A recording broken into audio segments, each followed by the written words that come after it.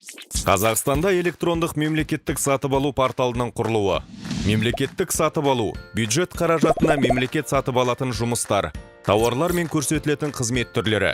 Мемлекеттік сатып алудың 5 тәсілі бар: байқау, баға ұсыныстарын сұрату, аукциондар, бір көзден алу, тауар биржалары. Қазіргі таңда бұл тәсілдің алғашқы төртеуін бірыңғай веб-портал арқылы электронды түрде жүзеге асыруға болады.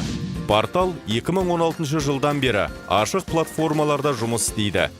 Бұл тәсілді қолданудың алғашқы жылынан ақ 160 миллиард теңге қаражат үнемделген. Мемлекеттік сатып алуларды цифрландыру 2007 жылы жаңа заң қабылданған кезден басталды.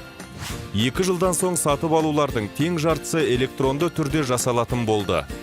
2010-2014 жылдар аралығында электронды байқау, электронды сауда және электронды келісімшарт қызметтері іске қосылды. Қазіргі таңда мемлекеттік сатып алудың веб-порталына жыл сайын 4 миллионға жуық лот жарияланады.